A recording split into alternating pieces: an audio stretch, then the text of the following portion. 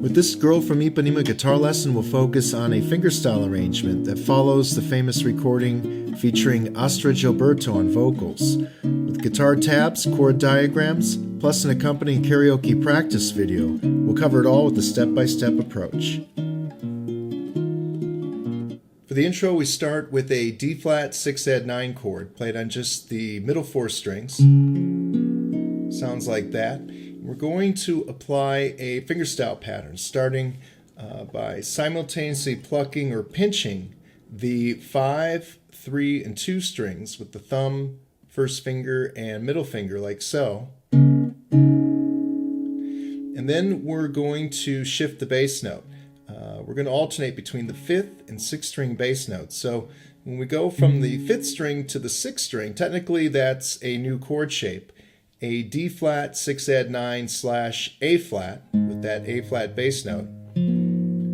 But to save my breath, save syllables, I think we'll just refer to it as the D-flat 6-add-9 chord shape for the whole section. So again, starting with the pinch strings, and then we go down to that bass note and we apply some fingerstyle with the 3-note riff here.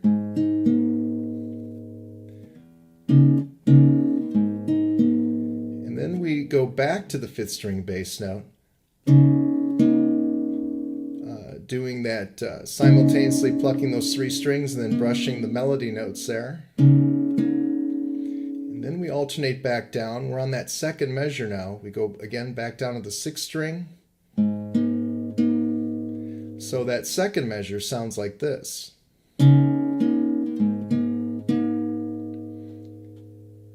Put together from the beginning with the slow walkthrough.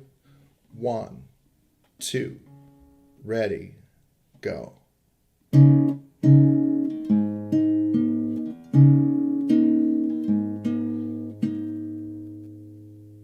Let's do that again. 1, 2, ready, go.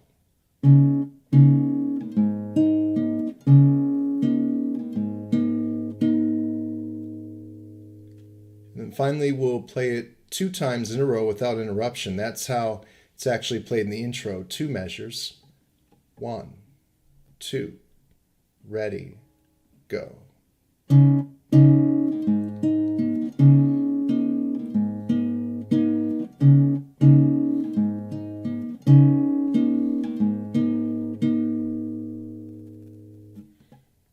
In the A section is when the vocals begin. It's essentially a verse section, and it's going to start with the same D-flat 6-add-9 chord we played for the intro. We already played it for 2 measures for the intro, and we're going to apply the same fingerstyle pattern and add an extra measure, 1 more, to start section A. And then we go to an E-flat 9 chord shape, and the trick with that transition is the 1 and 2 fingers are going to remain in the same position. We're just going to slide up 2 frets, and then the 3rd finger shifts down 1 string to the 3rd string. The pinky goes down on that 2nd string. There's the E-flat 9, so it's a good idea to do 1 strum with this transition to warm up. And we're going to apply the same fingerstyle pattern to the E-flat 9. So 1 measure of each. Here we go from the beginning. 1, 2, ready, go.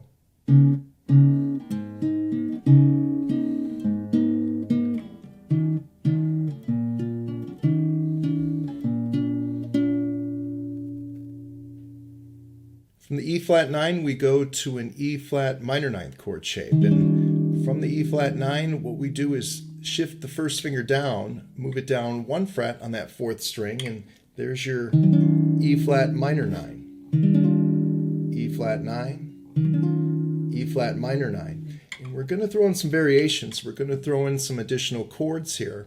It's going to start off the same, with the same fingerstyle pattern. And then we're going to shift to an A minor 6 chord shape. And that transition, the first finger remains anchored on the 4th string. Meanwhile, the other 3 fingers simply shift down 1 fret. And that becomes the A minor 6. We're just kind of sounding it right now. But if we back it up, we'll go back to the E flat minor 9, and we'll set up this section. So from the beginning, and then we shift down, and the tab says 2. If you happen to include the 3rd string on that, that's fine. But we'll follow the tab, plucking 2 strings, and then sort of arpeggiating those middle 2 strings afterwards. And then there's some double stops played. Still staying on the A minor 6 chord shape for the 2 notes on the 5th fret. And then to get that 4th fret to sound on the 2nd string, the 1st finger is going to partially bar along the top strings. And when we let go of the pinky, that's how we get that 4th string to sound. So it's just a matter of releasing the pinky finger. So let's review that A minor 6 section, which is the 2nd bar. And one more. And now we'll back it up to the beginning of this section, the E flat minor 9.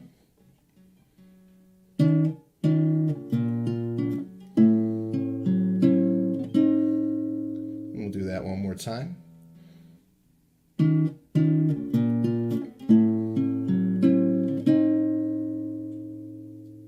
So let's go back to the beginning of the section and put together the chords we've learned so far. We'll do a slow walkthrough, starting with D flat 6 add 9.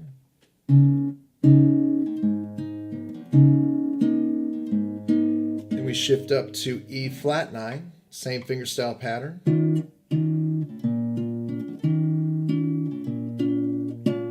E flat minor 9, A minor 6, and then the A diminished 7th. And then from there, we're technically along the 4th fret position with the bar, and we're going to shift down 1 fret and return back to the original D flat 6 add 9 chord shape. And it'll be back to the initial fingerstyle pattern as well to start. Then we're going to shift the same chord shape up 1 fret. So we're going to go from D flat 6 add 9 to D6 add 9. And we're going to do a variation on this. Again, alternating that bass note. Again, if you look at the tab, the 2nd measure starts with a pinch, then arpeggiate down those middle 2 strings along the 4th fret, and then dip down to the bass note. 1, 2, 3, 1, 2, 3. You could count it like that if you want. But let's back it up from the beginning with the D flat 6 9 and put together this section. 1, 2, ready, go. And we'll do that one more time.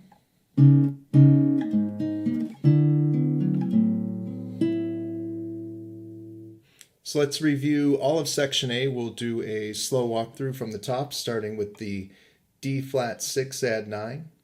1, 2, ready, go. Then up to E flat 9, same fingerstyle pattern. Then E flat minor 9,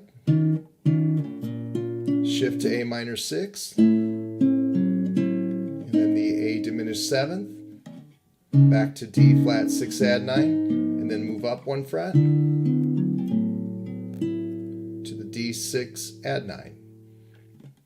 We'll do that one more time. 1, 2, ready, go.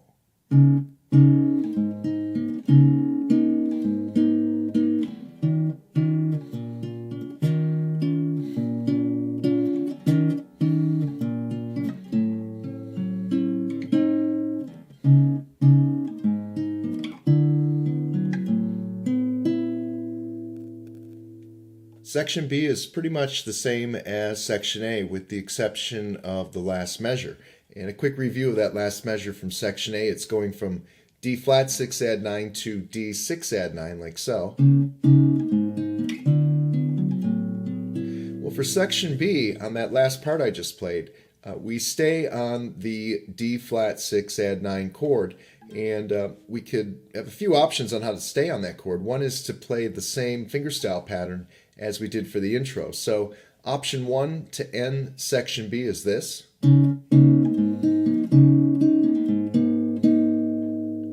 Option 2 will be to apply a fingerstyle variation that we applied in previous chords, like so. And if you happen to like that shift up to the D6 add 9 chord shape, you could just maintain that or keep playing that to end section B. In other words, section A and B would be played the same. So it's one of those things you can try out, but with section B, you have 3 options on how to play that last measure. Section C is a 10-chord sequence, and the best way to learn or memorize it is to focus on 2 chords at a time. We're going to pair up chords, and that first pairing will be D major 7th along the 5th fret position, and then going down 2 frets to G7 along the 3rd fret position. And going back to D major 7th, the fingerstyle pattern is the same initial fingerstyle pattern that we started the song with. So again, focusing on alternating between the 5th and the 6th strings. Here's how it's going to sound. And we'll do that one more time. And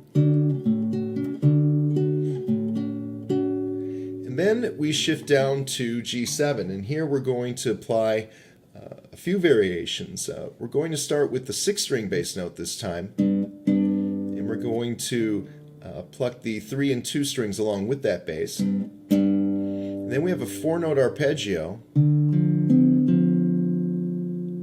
So combining that, we'll go back to the beginning of the G7 part. And then for the second measure, we're going to imply a G13th chord shape, and that's done by, again, staying on the G7th, but just putting the pinky finger down on the 2nd string, in this case the 5th fret. And that goes from a 7th to a 13th chord. And so from the G13, we're going to pinch the bass with the 2 string, then kind of move down the strings for that arpeggio, and then lifting the pinky, which is going back to an implied G7, and this time plucking the 5 and the 2 strings, so backing it up to the G13. And then after that, a 3-note riff to finish out the section. So let's do it from the beginning with the G7 and put the 2 sections together. We'll do a slow walkthrough. 1, 2, ready, go. And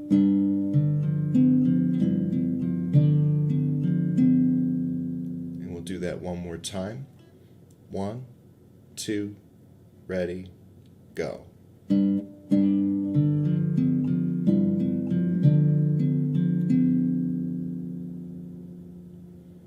Now let's back it up one chord. We'll combine the D major 7th with the G7 section. So here we go from the top.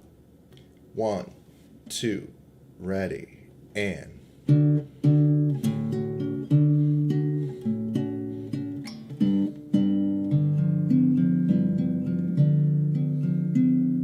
Let's do that one more time because we're going to repeat this a couple more times as we go through the progression. So let's fine tune it a little bit. Here we go. 1, 2, ready, and.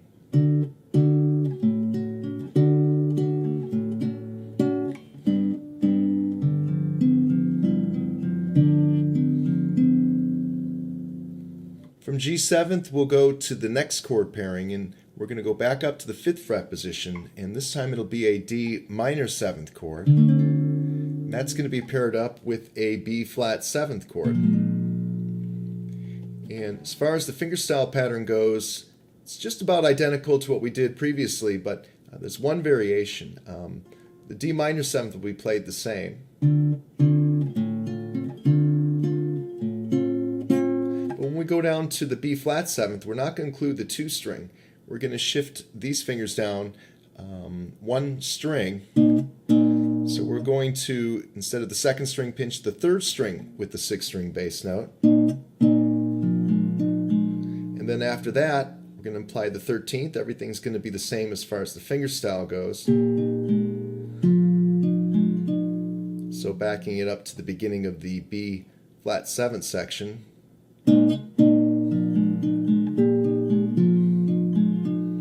So let's back it up to the D minor 7th and put that chord pairing together.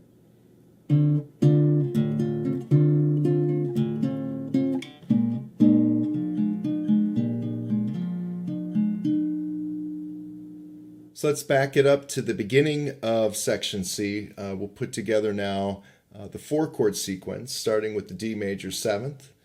1, 2, ready, go.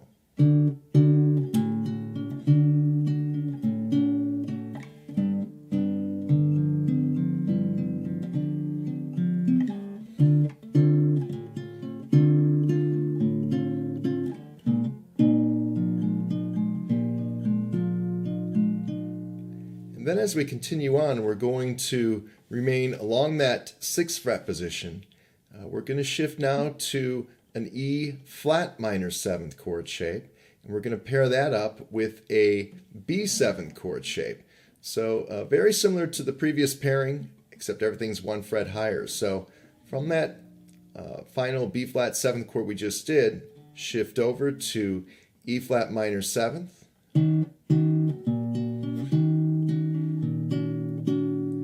Then going to B7.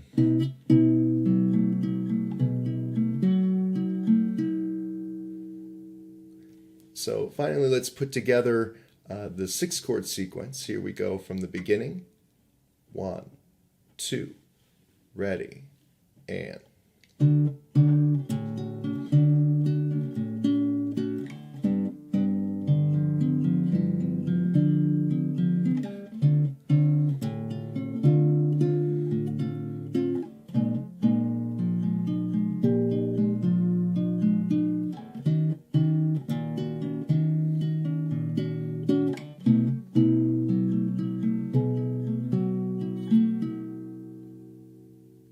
So from the B7th, we're going to go now to the last 4 chords in the sequence, and we're going to shift up from B7, 7th fret position, up to the 8th fret position now. 5th string bass note, an F minor 7th, and that's going to be paired with a B flat 7th. A variation here on the fingerstyle pattern. That's how the F minor 7th will sound. So again, alternating between the 5th and 6th string bass notes. And then when we go down to B flat 7th, we're going to apply a 13th chord, a B flat 13th, by putting the pinky down. So that B flat 7th will sound like this. The section will sound like this. So let's put that together, starting with F minor 7th. And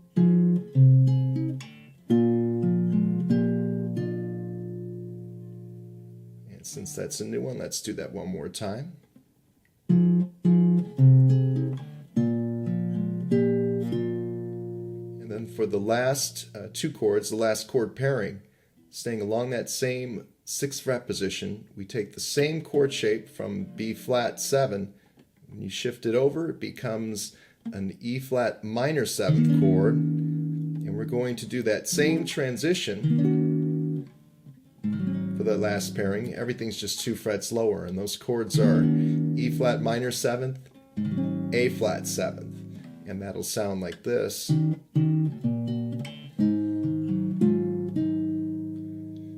So let's put together that last 4-chord sequence, starting with F minor 7. 1, 2, ready, go. And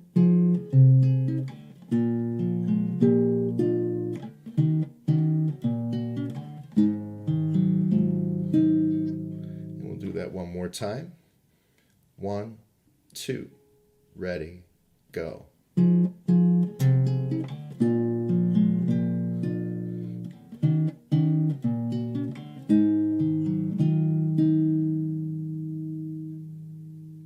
let's review the complete 10-chord sequence of section C. We'll do a slow walkthrough starting with the D major 7.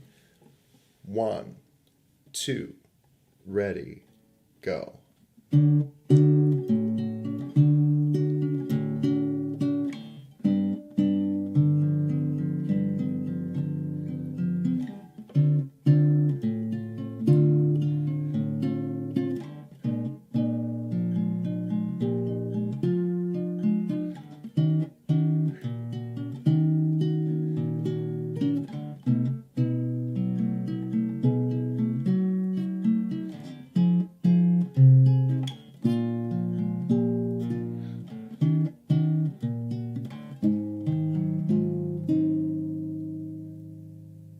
Section D is pretty much the same as Section A. The only difference is pretty much in the vocals. There's some variations, but guitar-wise, it'll be the same chord progression. So with that, a good idea at this point is to put together a foundation and work on an abbreviated arrangement of the song. And a good way to memorize it would be the intro, and then literally following alphabetical order, sections A, B, C, and D. And those 4 sections will then repeat again, and then all we have to worry about now is the song's ending. The song's ending will follow the second time the D section is played, and pretty much you're going to repeat the last 2-chord sequence. And that sequence, a little review, is the D flat 6 add 9 to the D 6 add 9. Now that sequence for the ending is going to be played 2 more times. So here's the where the ending begins by repeating that sequence. Again. And then a D flat major 7th, but it's not the initial D flat major 7th. I think this voicing sounds a little bit better. We're going to not use the 5th degree, we're going to use the 3rd degree instead. Play the little triad, an implied D flat major 7th. And it's important to note how to get there. It's a little tricky. You got to focus on the fingers, and how you do that is by looking at the chord that you play just prior to it. So from here, if you look at each finger, makes it a little bit easier to do that transition, a little bit smoother. It's a little bit tricky unless you focus on the fingers.